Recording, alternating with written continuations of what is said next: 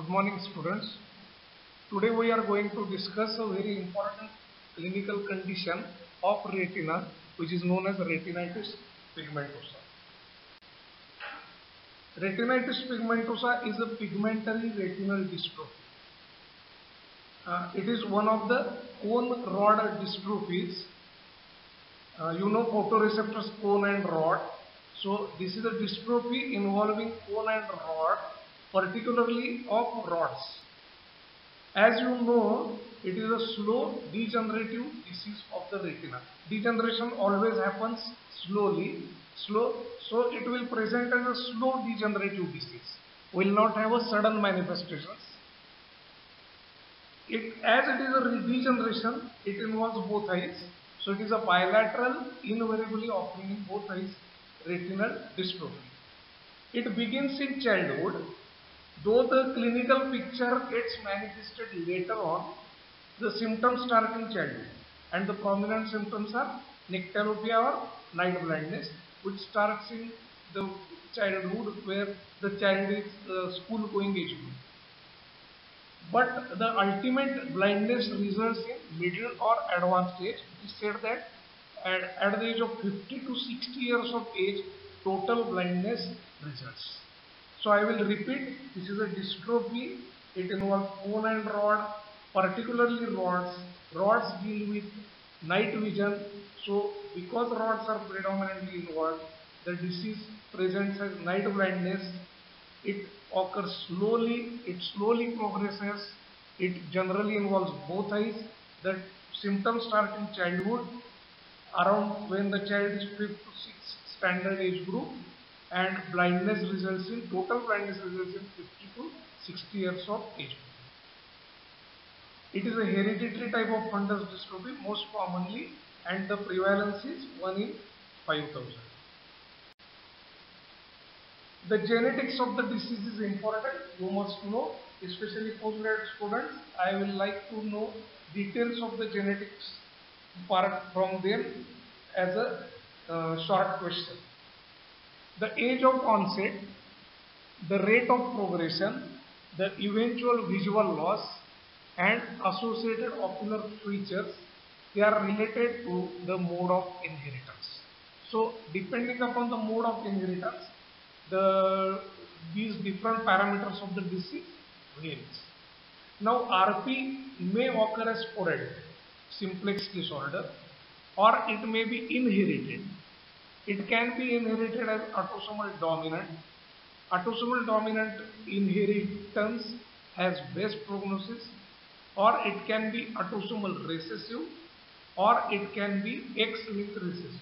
So X-linked recessive is the least common, but X-linked recessive inheritance is supposed to be the most severe form, and it may result in complete blindness by 3rd or 4th decade. Because it is most severe, the blindness because of this inheritance generally occurs earlier in 3rd or 4th decade as compared to other two inherited patterns or sporadic. 20 to 30% of cases of retinitis pigmentosa are described atypical. They may be associated with some systemic disorder. There are at least 10 syndromes associated with RP. So my next question to the postgraduates is, enumerate all the different syndromes associated with RP and describe them in short. So 20 to 30% cases are atypical. They may be associated with systemic syndromes, and these conditions are usually of autosomal recessive or mitochondrial inheritance. Pathology, the degeneration affects primarily rods and cones, but particularly rods are affected. It commences in a zone near the equator of the eye, gradually spreading both anteriorly and posteriorly. You know the equator of the eyeball. The vortex veins are the anatomical landmarks of the equator. So equator is in between the antermost extent, that is ora serrata, and posteriormost extent, that is disc. So the rods involving the equator are affected first. This particular anatomical defect is manifested in the form of tubular vision. because the field defect generally starts getting involved in the equatorial area. Rest of the retinas, posterior and anterior, are clear. So this will present as a ring scotoma, where if you try to plot the fields, and this particular vision will be described as tubular vision. Macular vision, which deals with central 6-6 vision, is not affected until a late stage. So macula is spare, that is a good part. So patient gets central vision preserved. Now, when the equatorial part of the retina is involved, the pigment from the retinal pigmentary epithelium, it migrates into the retinal cells. The epithelium itself becomes decolorized so that choroidal vessels become visible. So what happens is the pigment epithelium is the deepest layer of the retina. Now the pigment from the pigmentary epithelium, it starts getting migrating into the superficial layers. So now the epithelium becomes depigmented, and so the choroidal vessels become more visible. As the disease progresses and the ganglion cells become degenerate, optic atrophy sets in and gradually increases. So eventually what happens? The pigment epithelium, then the rods, and then the ganglion cells become secondarily involved. They get degenerated, and as you know, the degeneration of the ganglion cells will ultimately lead to optic atrophy, and this atrophy initially it gets set in, then gradually get increases, and eventually there will be total optic atrophy, which is the cause of blindness. Now, if you see the fundus picture, there is classic triad. There is, as we have described, pigmentation. Now, these pigments, the color of the pigment is jet black. It is dark black. So, it is in contrast to the choroidal pigment. Choroidal pigment will be brown. Here, it is a dark black, jet black. That is the description. And the shape of the pigment is bone spicule. It is a bony spicular type of jet black pigmentation. There is associated arteriolar attenuation and disc pallor, which is described as wax. So this triad confirms the diagnosis of retinitis pigmentosa. Jet black bony spicules along the veins, arteriolar attenuation, and waxy disc pallor. The picture shows this. You see black pigmented spots which are jet black. There is arteriolar attenuation, and this shows waxy optic atrophy. What are the symptoms? Nyctalopia or night blindness is the most common symptom. Take down the question of bleeding of night blindness. What are the different conditions where patients present with night blindness? And you elaborate each and every condition. So, nyctalopia and also dark adaptation difficulties. Again, there is a revision. What is dark adaptation? And what is light adaptation, and what are the physiological changes seen with dark adaptation. So patients have problem in getting adapted to the dark, but night blindness and dark adaptation difficulties are frequently presenting symptoms. Then there will be peripheral visual problems will be noticed. Central vision is retained. We have seen this for a long time. Thus the patient experiences tubular vision. Again the question is, what is the degree of tubular vision? What are the different conditions where patient has tubular vision? So here central vision is lost, mid peripheral is involved, so only that much scotoma is present. So with both eyes, patient feels that he is seeing through the tubes. That is known as tubular vision. Then their reduced central vision tends to be a later feature, but can be involved earlier, including by complications such as cataract. Generally, in routine course, central vision will be lost last, but in between, if patient starts getting cataract, patient may notice reduced central vision, and it becomes very important in these cases to operate these cases earlier, because that will give central vision back. Already patient is having peripheral vision. So cataract surgery has to be done very properly in such cases.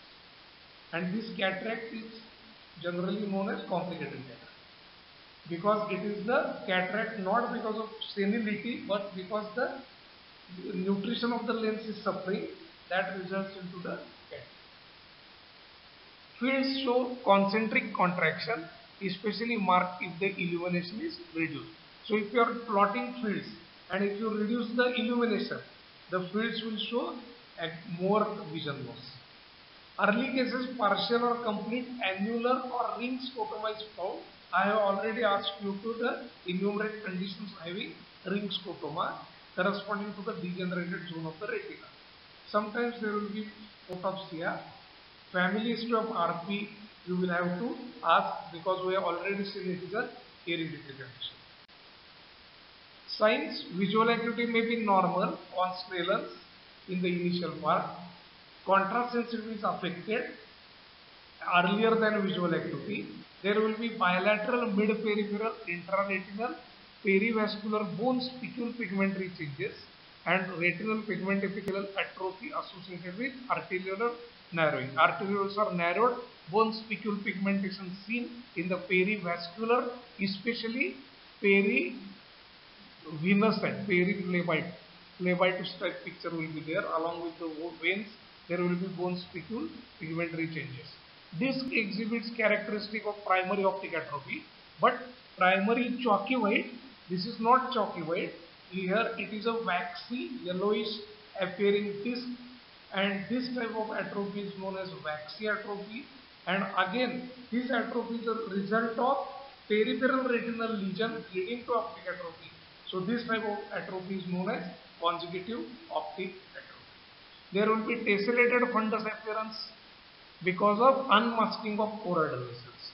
Retinal veins often have a sheath of pigment for part of their course. Pigment spot that lie near the retinal vessels are seen to be anterior to them so that they hide the course of the vessels. The pigment which is migrated from the pigment epithelium hides the vessels. This is in contrast to the chorioretinitis.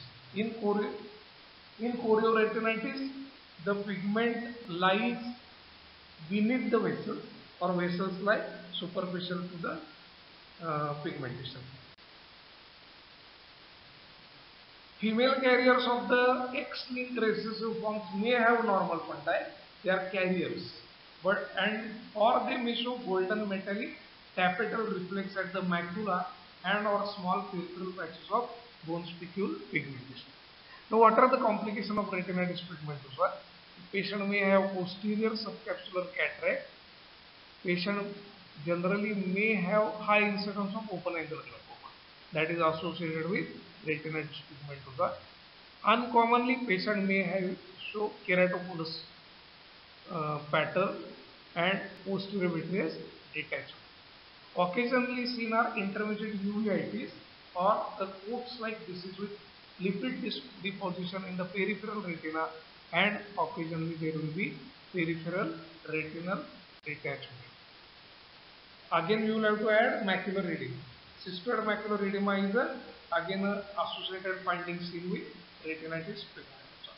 Now, investigations, ERG remains the most important investigation. ERG is markedly subnormal or completely extinguished early in the disease before subjective symptoms or objective signs appear. So before any symptoms appear or before any clinical signs are evident, ERG may show markedly subnormal pattern.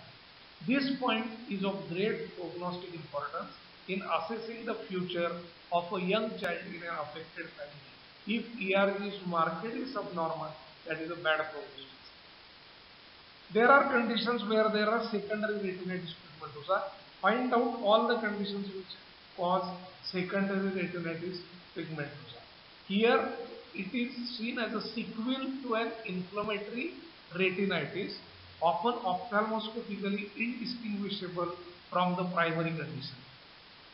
I will like to give you some examples: visual retinopathy, syphilitic retinopathy. They may show secondary retinitis pigmentosa like changes. Enumerate all the conditions. So the response is only slightly subnormal. So how to differentiate secondary retinitis from primary? Here the ERG may not be showing that much damage as compared to RP.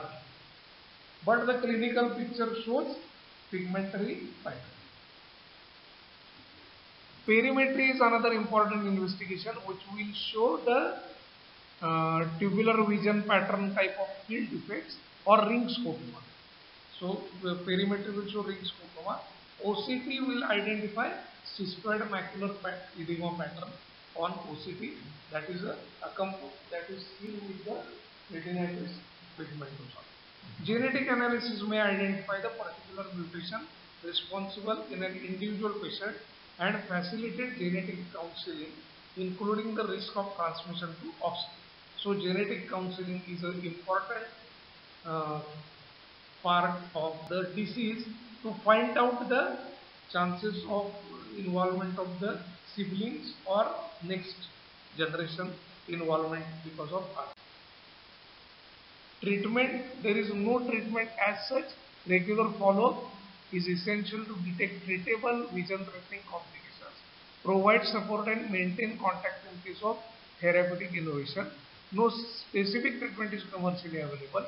Sunglasses, nanometer controlled to block wavelengths up to 550 nanometer and with side shielding should be worn outdoors and other light protective strategies adopted.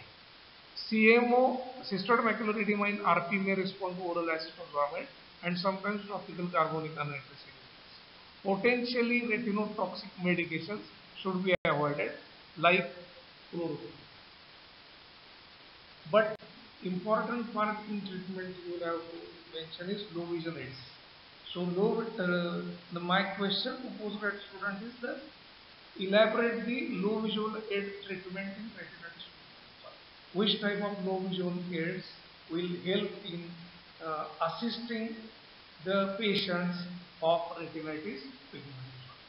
Then there is a condition which is known as atypical retinitis pigmentosa, where there will be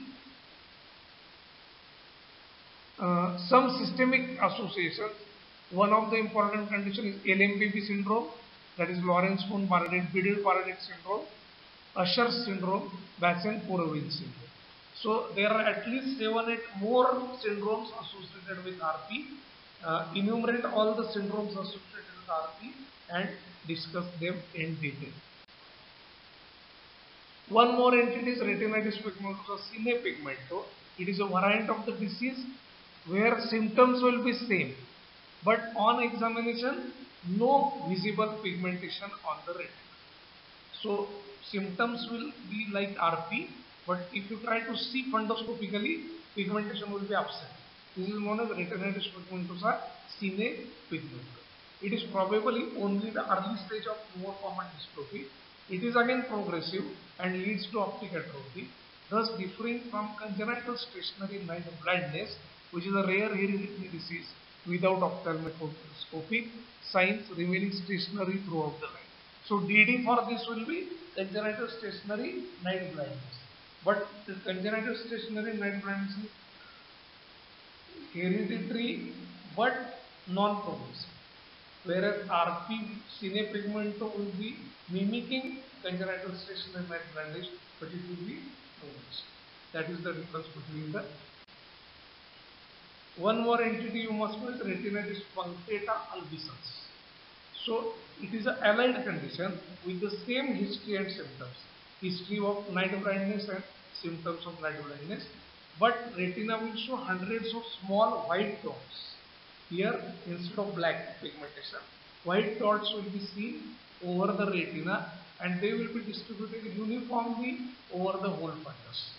This is a stationary form exists, but other cases are progressive and almost certainly represent atypical varieties of pigmentary dystrophy. In the first case, the ERG is normal, stationary form, but progressive forms will show ERG subnormal or extinguished RP. This condition is known as retinitis punctata albicans.